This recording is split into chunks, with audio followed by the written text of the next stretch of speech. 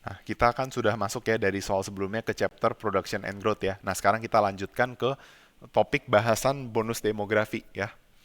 Kita tahu beberapa negara sekarang lagi mengalami situasi bonus demografi. Ya, Indonesia termasuk salah satunya. Kalau kalian baca berbagai berita atau literatur, kita mengalami bonus demografi. Ada yang bilang dari 2020 sampai 2035, ada yang bilang sampai 2040.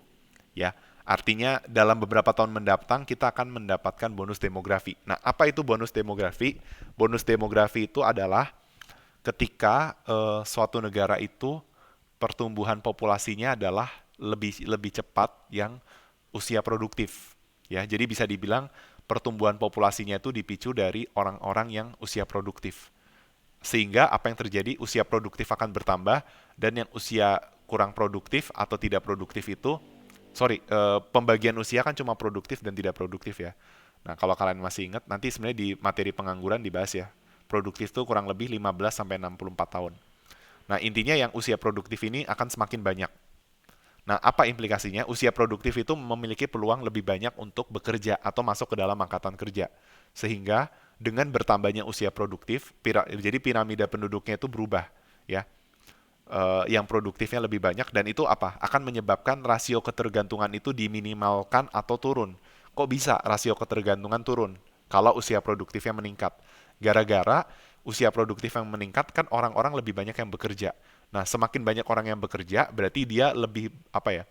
Tanggungan negara terhadap orang-orang yang tidak produktif ini semakin kecil gitu.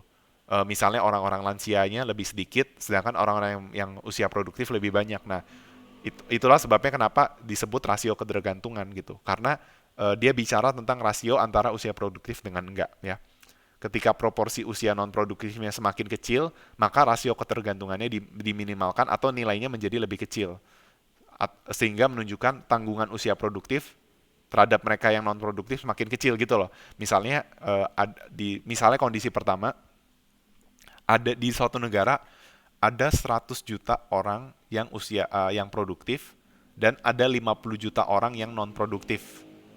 Nah, kurang lebih kalau kalau dibagi secara rata artinya apa? 1 juta penduduk yang produktif, satu penduduk produktif itu mau tidak mau menanggung 0,5 atau gini. Iya benar. Satu penduduk itu menanggung beban 0,5 penduduk yang non produktif, paham nggak? Kan orang-orang non produktif ini tidak menghasilkan. Nah, artinya apa? Pemerintah kan perlu ya membiayai mereka, kan nggak mungkin orang-orang yang nggak menghasilkan ceritanya dibiarkan meskipun memang prakteknya di beberapa negara berkembang kan begitu. Tapi intinya kan ceritanya mereka itu perlu ditanggung gitu. Nah, yang menanggung pemerintah. Nah, pemerintah juga butuh duit dari orang-orang yang bekerja kan. Nah, berarti kurang lebih gini, kalau ada 100 juta penduduk produktif dan 50 juta penduduk non produktif, secara general, secara gampangnya itu artinya satu penduduk menanggung beban 0,5 penduduk non produktif atau dengan kata lain dua penduduk produktif menanggung satu penduduk non produktif.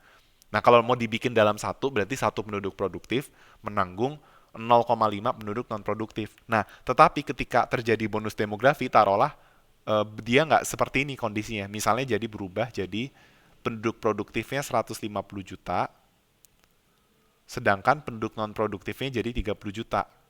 Nah, berarti secara rasio gimana? Satu penduduk produktif menanggung 0,2 non penduduk produktif. Nah, di sini kita bisa melihat dengan meningkatnya orang-orang yang usia produktif yang diharapkan juga bekerja, meskipun nggak semuanya juga bekerja, dengan orang-orang yang non produktif ini lebih dikit, maka kita bisa lihat rasio ketergantungannya menurun. Awalnya satu penduduk harus menanggung 0,5 penduduk non produktif, tapi sekarang satu penduduk hanya menanggung 0,2 penduduk yang non produktif, jadi turun. Nah, artinya bonus demografi itu ya ini rasio ketergantungan diminimalkan. Nah, memang betul ada kecenderungan pengangguran berkurang, tapi nggak harus. Karena kalau kita ukur pengangguran tuh tergantung ya. Kalau pengangguran secara jumlah bisa jadi pengangguran tuh bertambah, ya dong. Kan misalnya dari 100 juta penduduk produktif, taruhlah ada 5 juta yang menganggur, ya, 5 juta nganggur. Berarti secara persentase berapa yang nganggur? 5%. Nah, asumsikan persentase ini nggak berubah, tetap 5%. Apa yang terjadi? Ketika ada bonus demografi yang menyebabkan penduduk produktif itu dari 100 ke 150, maka yang menganggur jadi berapa? jadi 7,5 juta. Nah, berarti dengan persentase pengangguran yang sama, naik itu justru penganggurannya, ya kan? Nah, itulah sebabnya kenapa ya. Dan malah bisa ada kecenderungan persentasenya naik dari 5% jadi 6 misalnya. Kenapa? Karena naiknya gede gitu ya. Eh, Bisa jadi dari 100 ke 150, awalnya kan ada 5 juta pengangguran. Nah, tapi dengan bertambahnya 50 juta, nah itu nggak serta-merta 7,5 juta yang nganggur. Bisa jadi yang nganggur lebih dari 7,5, karena dari 50 ini ternyata ada misalnya ada 20 orang yang 20 juta orang yang gak berpotensi malah jadi nganggur. Nah, justru dengan bonus demografi ada kecenderungan bukan cuma pengangguran yang meningkat. Kalau pengangguran meningkat wajar, ya, karena kan bertambah gitu loh. Kan dapat plus 50 juta. Nggak mungkin kan, secara real nggak mungkin 50 juta ini bisa kerja semua gitu. Pasti ada beberapa yang nggak bisa kerja, yang nggak mau kerja gitu kan.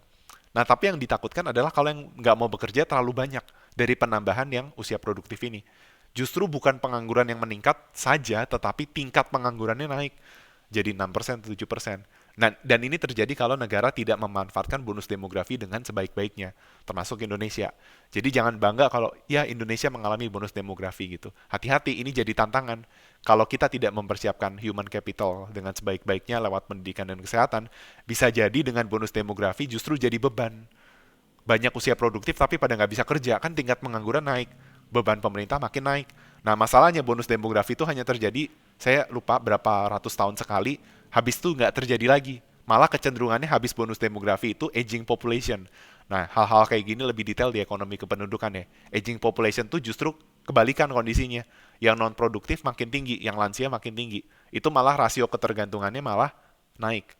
Nah, malah justru bonus demografi malah jadi apes. Pas ngalami bonus demografi beban, habis bonus demografi aging population, itu makin repot lagi pemerintah. Makanya bonus demografi itu harus dimanfaatkan dengan sebaik-baiknya. Pilihannya cuma dapat untung dari bonus demografi atau justru dirugikan, ya. Jadi bonus demografi itu rasio ketergantungan itu diminimalkan, nggak ada kaitannya dengan ekspor yang akan naik, dan bisa jadi populasi berkurang tetap mengalami bonus demografi, tapi poinnya bukan di sini. Dan zero population growth itu memang bisa ada keterkaitan dengan bonus demografi, tapi sebenarnya apa namanya, zero population growth itu bukan bonus demografi ya. Zero population growth itu adalah suatu kondisi di mana suatu negara pertumbuhan penduduknya itu udah stabil. Dikatakan stabil ketika tingkat kelahir. Jadi pertumbuhan penduduk itu pada dasarnya banyak orang salah paham ya. Mereka pikir pertumbuhan penduduk itu adalah tingkat pertumbuhan kelahiran. Ya, jadi kalau misalnya penduduk suatu negara 100 juta, lalu pertumbuhannya 1%, banyak orang berpikir gini, kalau misalnya pertumbuhan penduduk 1% di tahun 2022, mereka berpikir, oh berarti ada 1 juta orang yang lahir. Karena 100 juta penduduk, lalu penduduk bertambah di tahun itu 1%, jadi tambah 1 juta kan.